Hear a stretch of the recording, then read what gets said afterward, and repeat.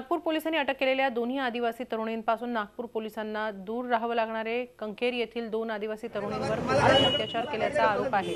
या तरुणींना शासकीय आश्रयालयात ठेवण्यात यावं तसंच पोलिसांनी त्यांच्यासोबत संपर्क साधण्याचा प्रयत्न करू नये असा अंतरिम आदेश मुंबई उच्च न्यायालयाच्या नागपूर खंडपीठानं रविवारी दिला।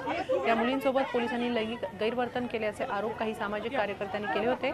आरोपानंतर पोलिसांनी दोन्ही युवतींच्या आईच्या उपस्थितीत त्यांची वैद्यकीय तपासणी केली होती। वैद्यकीय अहवालात दोन्ही युवतींसोबत कुठलेही लैंगिक गैरवर्तन झालं नसल्याचं स्पष्ट झालं होतं।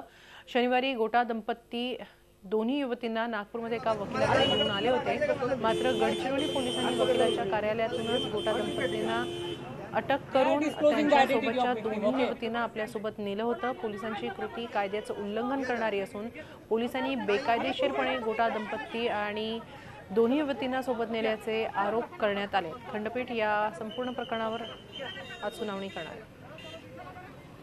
दोन महिलांना अटक वगैरे मुळीच केलेली नाहीये, मात्र ज्या इतर दोन व्यक्ती होत्या सैनू गोटा आणि शीला गोटा हे गडचिरोली मधील जिल्ह्यातील एटापल्ली पोलीस स्टेशनमध्ये त्यांच्यावर गुन्हा दाखल झालेला आहे आणि हा गुन्हा अदखलपात्र स्वरूपाचा असल्याने पुढील तपासासाठी त्यांना आपण ताब्यात घेतलेला आहे आणि अटकेची कारवाई चालू आहे।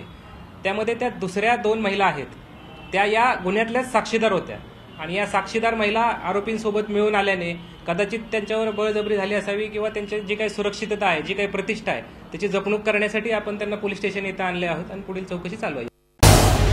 झी 24 तास रहा एक पाऊल पुढे।